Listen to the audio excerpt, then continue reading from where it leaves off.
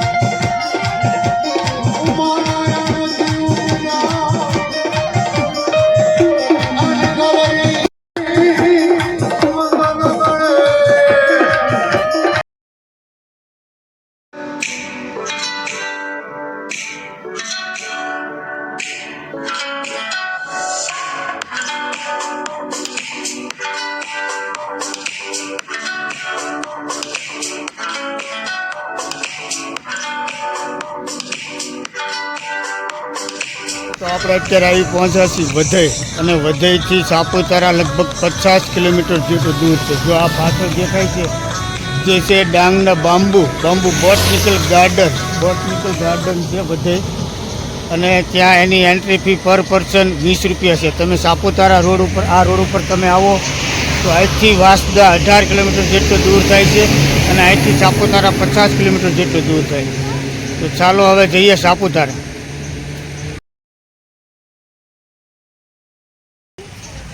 દોસ્તો, સાપુતારા ડાંગ બાબુ જે ગાર્ડન છે વધઈ, ત્યાં આવે ત્યારે અચૂક ચોક્કસ જો આવે ફોટા પડાવીશ ને એ રીતે ફોટા ચોક્કસ પડાવજો.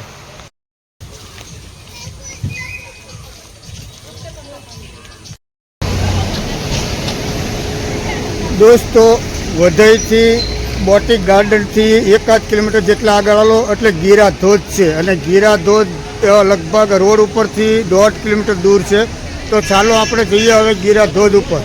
જો આ રસ્તો છે ગીરા ધોધનો.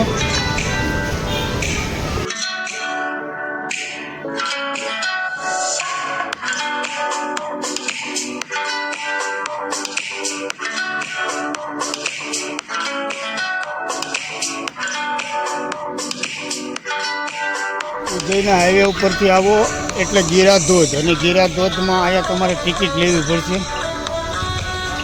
જો આ છે ટિકિટ બારી, અને પર પર્સન 10 રૂપિયા છે ટિકિટના. અહીંથી તમે ટિકિટ લઈ શકો છો. 10 રૂપિયા એક પર્સન છે. અહીંથી 100 મીટર ગીરા ધોધ આગળ છે. તો તમે પરિવાર સાથે આવો તો અહીંયા ગાડી પાર્ક કરજો. મોટી ગાડી હોય તો 2 વ્હીલર હોય તો તમે ઠેઠ ગીરા ધોધ સુધી જઈ શકો છો.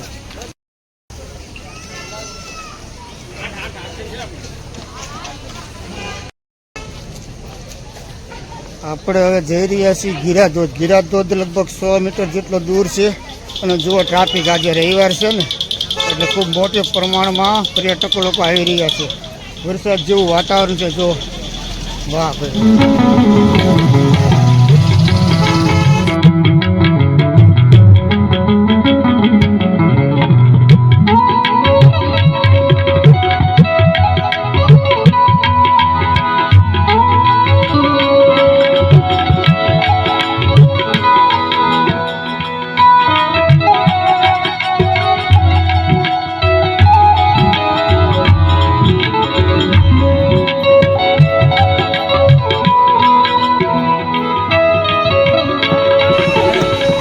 ગીરા ધોધ છે, અને ગીરા ધોધ જોવા માટે જુઓ આજે રવિવાર છે એટલે મોટા પ્રમાણમાં મોટી સંખ્યામાં લોકો અહીં ગીરા ધોધ જોવા માટે આવે છે.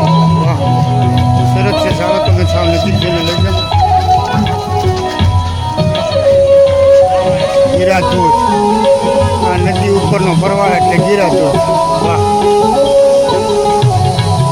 અંદર જવાની મનાઈ છે, સિક્યુરિટી ખૂબ છે. અને આજે રવિવાર છે એના હિસાબે ટ્રાફિક પણ છે. પર્યટકો બહુ મોટી સંખ્યામાં છે, તમે જોઈ શકો છો.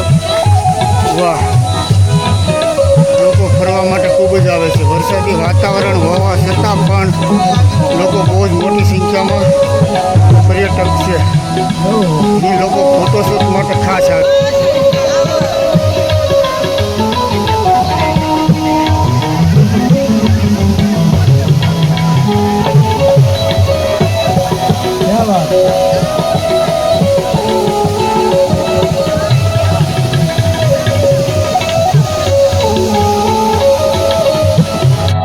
તમે સાપુતારા આવો તો ચોક્કસ આ ગીરા ધોધ જોવા માટે ચોક્કસ આવજો. જો સરસ અત્યારે ચોમાસાના વાતાવરણમાં આવી રીતનું ધોધ જોવા પર્વતોથી ઘેરાયેલી વનસ્પતિ છે, અને સરસ મજાનો ગીરા ધોધ છે. તો ચાલો જઈએ હવે સાપુતારા. તો આ ડાંગની વાંસની બનાવેલી તમે વસ્તુ જોવા, અને ફૂલદાની કહેવાય છે. અહીંયા તીર કામઠા છે. વાહ, સરસ વાંસમાંથી બનાવેલી વસ્તુ છે આ બધી.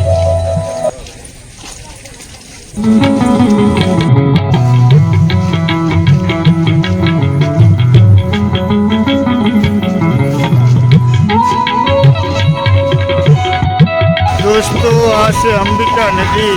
સાપુતારાની રોનક કંઈક ઓર છે, કારણ કે ચોમાસાની અંદર ડાંગ જિલ્લાની અંદર આ બધી એવું સરસ મજાનું વાતાવરણ થઈ જાય કે ધરતી માતાએ જાણી સુંદરી પેઢી હોય ને એવું વાતાવરણ લાગે. જો તમને કેટલું સરસ નદી છે. અત્યારે ચોમાસામાં આવું સુંદર મજાનું ડાંગ જિલ્લાનું વાતાવરણ થઈ જાય. જો તમે રૂબરૂ જોઈ શકો છો આ નદી અને આજુબાજુના પહાડ. દોસ્તો આ છે અંબિકા નદી. સાપુતારા અહીંથી તો હજી 35 કિલોમીટર જેટલું દૂર છે, પણ જો તમે લીલી વડરાય કેટલી સરસ છે. વાહ ભાઈ વાહ. એકવાર ચોક્કસ આવજો સાપુતારા ફરવા માટે. સાપુતારા કુદરતી સૌંદર્યથી એટલું બધું ભરપૂર છે કે તમને એમ થઈ જાય કે કુદરતના ખોળે આવી ગયા આપણે. અને આ લીલાછમ જંગલો ચોમાસામાં જો અત્યારે ઋતુ કેટલી સરસ છે. દોસ્તો મેં તમને રસ્તાની માહિતી આપતા હું ભૂલી ગયો, કારણ કે રસ્તામાં વરસાદ શરૂ હતો અને હું એકદમ સુરતથી નીકળ્યો ત્યારે એકદમ વરસાદ શરૂ હતો. બારડોલી પગ્યો તો પણ વરસાદ શરૂ હતો અને મહુવા પગ્યો તો પણ વરસાદ શરૂ હતો. દોસ્તો, આ સાપુતારા સુરતથી લગભગ 156 કિલોમીટર જેટલું દૂર છે અને વાંસદાથી 67 કિલોમીટર જેટલું દૂર છે. ત્યાંથી વાંસદાથી વધઈ આવો, વધઈ ઉદ્યાન છે, રાષ્ટ્રીય ઉદ્યાન છે અને આ વાંસનું જે બનાવેલી બધી વસ્તુ હોય એવું ત્યાં બગીચો છે, ત્યાં તમે ચોક્કસ આવજો. વાંસદાથી લગભગ 67 કિલોમીટર જેટલું છે અને વધઈથી સાપુતારા 50 કિલોમીટર દૂર છે. આ જો તમને ઘાટ દેખાય તે શીખલી ઘાટ છે. શીખલી ઘાટ બધી ગાડી ચડી રહી છે ને, જો શીખલી ઘાટ છે. અહીંથી 18 કિલોમીટર જેટલું સાપુતારા દૂર છે અને રસ્તામાં ઘણી બધી નદીઓ અને આવા બધા પર્વતો આડા આવે છે. તો તમે ચોક્કસ એક વખત મુલાકાત લેજો સાપુતારા. અને ખાસ કે કુદરતે સાપુતારા ડાંગ વિસ્તારને સૌંદર્ય ખોબે આપ્યું છે. જુઓ તમે, પ્રકૃતિ કેટલી ખીલી ઉઠી છે. ચોમાસામાં તમે ચોક્કસ એકવાર મુલાકાત લેજો દોસ્તો. તો આ હતી રસ્તાની માહિતી. હવે આપણે જઈશું હિલ સ્ટેશન, કારણ કે સાપુતારા એટલે ગુજરાત કે આંખો કા તારા એટલે સાપુતારા. પણ એ પહેલાં હું તમને ડાંગ જિલ્લા પોલીસ વડાની જે માહિતી છે એ તમને હું વાંચી બતાવું.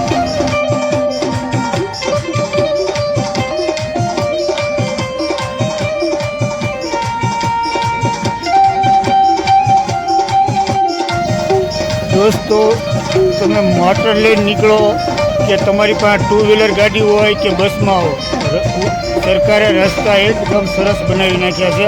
એટલે એ કોઈ ચિંતા જેવો વિષય નથી. પણ તમારે ડ્રાઇવિંગ કરતી વખતે સંયમ રાખવો પડશે, સાવચેતી રાખવી પડશે અને ગાડી આપણો પરિવાર જીવતો રહે એ માટે જીવનું જોખમ ન ખેડતા થોડી સ્પીડ ઓછી રાખી અને આપણે ગાડી ચલાવવી પડશે. તો ચાલો હવે સીધા જઈએ સાપુતારા.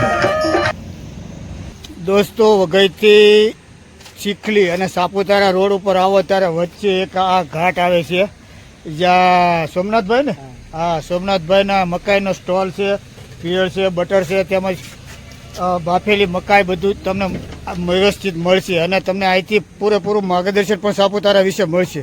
દોસ્તો, તો એક વખત ચોક્કસ અહીંયા હોલ્ટ કરી. ચાલો જઈએ હવે સાપુતારા.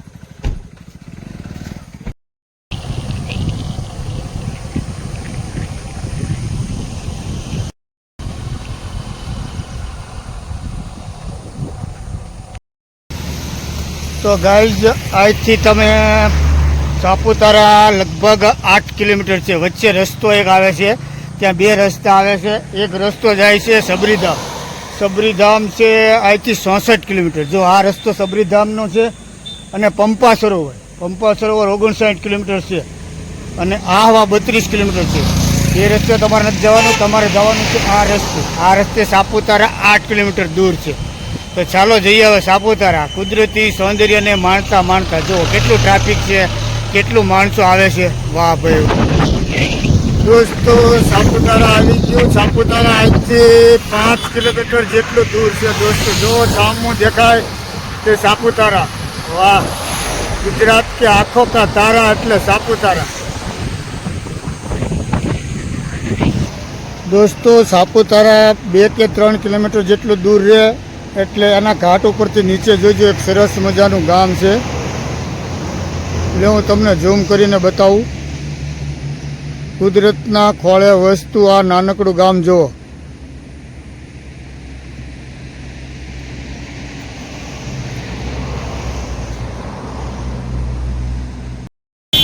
દોસ્તો, સાપુતારાના ડુંગર ઉપર ચડીએ એટલે આ સર્કલ આવે છે.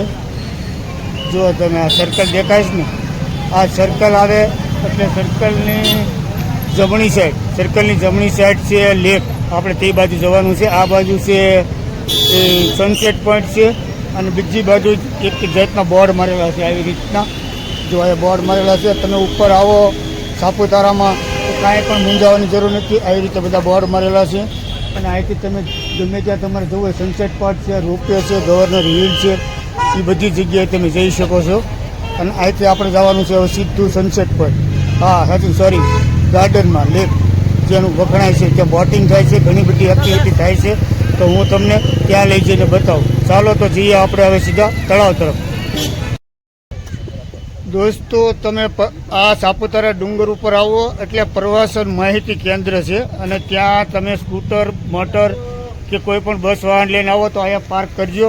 સ્કૂટર પાર્કિંગના છે 10 રૂપિયા, મોટરના છે 50 રૂપિયા, અને તમારી પાસે એસટી કે બસ હોય તો એના છે 200 રૂપિયા. તો ચાલો હવે જઈએ આપણે ગાર્ડન તરફ, જ્યાં બોટિંગ થાય છે, ઘણી બધી એક્ટિવિટી થાય છે. તો હું તમને ત્યાં લઈ જાઉં.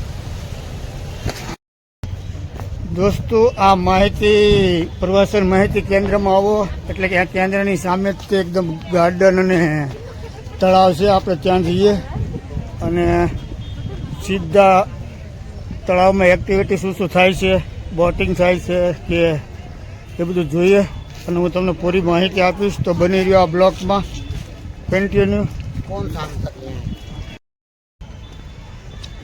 જો આ સરસ મજાનું ગાર્ડન છે, અને ગાર્ડનની વચ્ચે તળાવ છે. તળાવની અંદર સાપુતારાની અંદર ઘણી બધી એક્ટિવિટી થાય છે, જે બાળકોને મજા આવે એવું છે, તમતા પરિવારને પણ મજા આવે એવું છે. આપણે અત્યારે જઈ રહ્યા છીએ. વાહ, સરસ ગાર્ડન છે. જો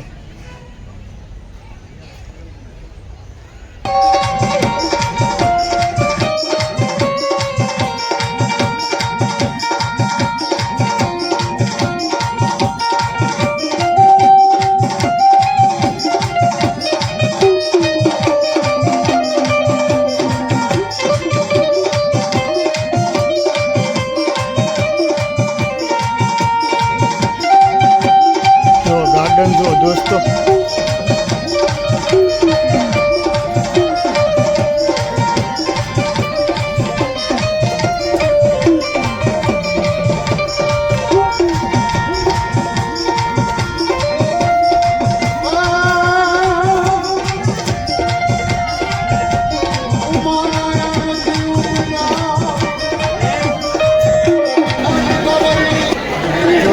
આ તમે જે લાઈન દેખાઈ રહી છે તે ટિકિટની છે, અને આજે રવિવાર હોવાને લીધે ફૂલ ટ્રાફિક છે. જો કેટલી બધા લોકો ટ્રાફિકમાં બેઠા છે. ટ્રાફિકની હિસાબે બંને બાજુ અહીંયા પર ટિકિટ ચેક કરી અને જાય છે. તો તમારે બોટિંગ કરવી હોય તો ગમે ત્યારે આવો ત્યારે અહીંથી ટિકિટ લઈ અને પછી અંદર જજો. હું તો ચાલો તમને લેક બતાવું.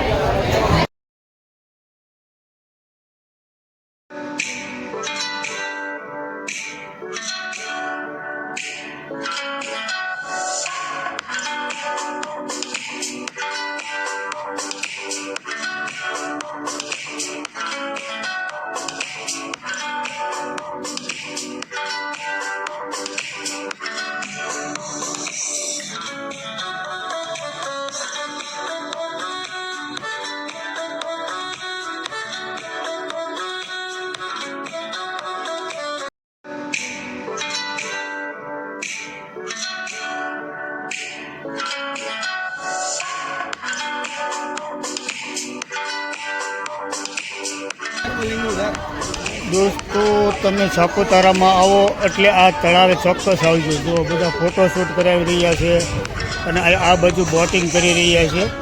અત્યારે વાતાવરણ જો કેટલું ધૂંધળું વાતાવરણ છે, કારણ કે ધુમ્મસ છવાઈ ગયો અને વરસાદ શરૂ થઈ ગયો. કેમેરા ઉપર પણ પાણી આવી ગયું, જુઓ તમે. દોસ્તો, સાપુતારા આવો એટલે મિલેનિયમ ગાર્ડનની અંદર કંઈક એવો સરસ મજાનો ગરમા ગરમ નાસ્તો કરજો. જો અમારી મેગી તૈયાર થાય છે, અને હમણાં મેગી એક પ્લેટના 50 રૂપિયા છે.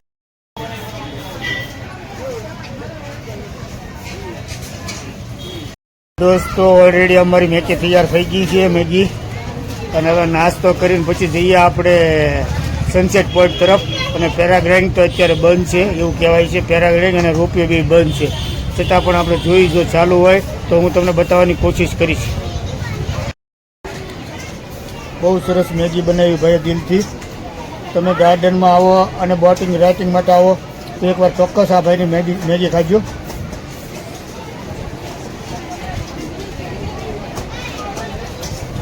અત્યારે ચોમાસાનું વાતાવરણ છે, વરસાદ જેવું આવી રહ્યું છે, તો કંઈક ગરમ ગરમ ખાવાની ઈચ્છા થાય તો ચોક્કસ મેગી ખાઈજો.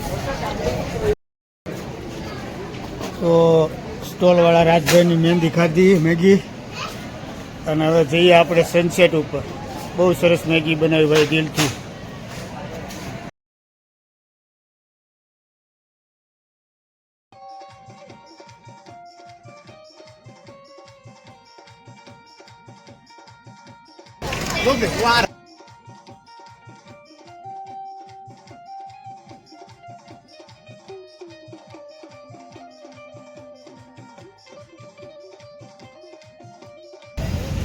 દોસ્તો, આ જે તમને બાઇક બતાવી છે બાળકોને રમવા માટે, રાઈડ સવારી કરવા માટે, કે 50 રૂપિયામાં 100 મીટરથી વધારે પણ એ ભાઈ આટો મરાવે છે.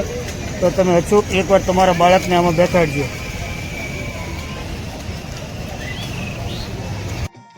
યોગેશભાઈના આ એટી ગ્રાઉન્ડમાં આવો તો આ બાઇકના 2 રાઉન્ડના બાળકોના 200 રૂપિયા છે. જો તમે તમારા બાળકને ચોક્કસ એક્ટિવિટી કરાવજો. દોસ્તો, તમે વરસાદી વાતાવરણ જુઓ. સાપુતારામાં કેટલો ગાજ મેઘ સાથે વરસાદ શરૂ થઈ ગયો છે, તમને આજુબાજુ બધા વિસ્તારમાં દેખાશે. આ બાઇકના 200 રૂપિયા છે, અને યોગેશભાઈનો એટીવી 9 ગ્રાઉન્ડ એ લગભગ એ રૂપિયાની નીચે છે. આની ઉપર રોપવે છે, હું તમને રોપવે બતાવું. આ રોપવે છે, અને આ રોપવેના 100 રૂપિયા ટિકિટ છે, પણ અત્યારે આ રોપવે બંધ છે. તો અત્યારે આ ચોમાસામાં આ રોપવે બંધ કરી દેવામાં આવે છે ઓથોરિટી તરફથી, અને મંજૂરી હોતી નથી.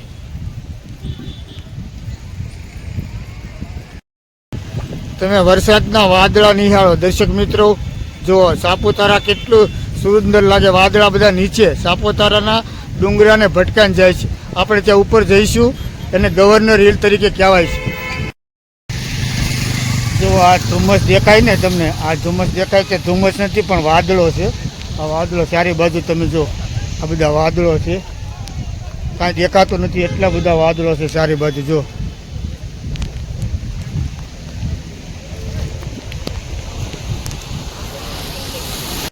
તો આ છે ગવર્નર હિલ અને ટેબલ પોઈન્ટ. જો અહીંયા અત્યારે એટલું બધું પબ્લિક છે કે વાદળને હિસાબે કાંઈ દેખાતું નથી, અને વરસાદ શરૂ થઈ ગયો છે. તો આ બાજુ જાય છે કે નીચેનો રસ્તો છે, પણ નીચેના રસ્તા તરફ એટલું બધું ટ્રાફિક જામ થઈ ગયું. હું તમને ટ્રાફિક જામ બતાવું.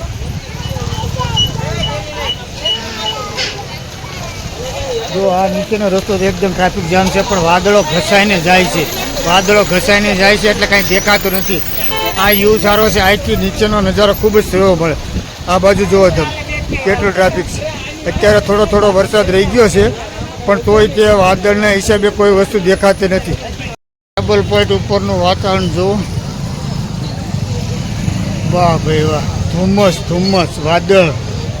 સાપુતારાની રોનક જ આ છે. એમાં આજે ચોમાસામાં એટલો બધો સરસ મજાનો વરસાદ વરસે કાંઈ દેખાય. જુઓ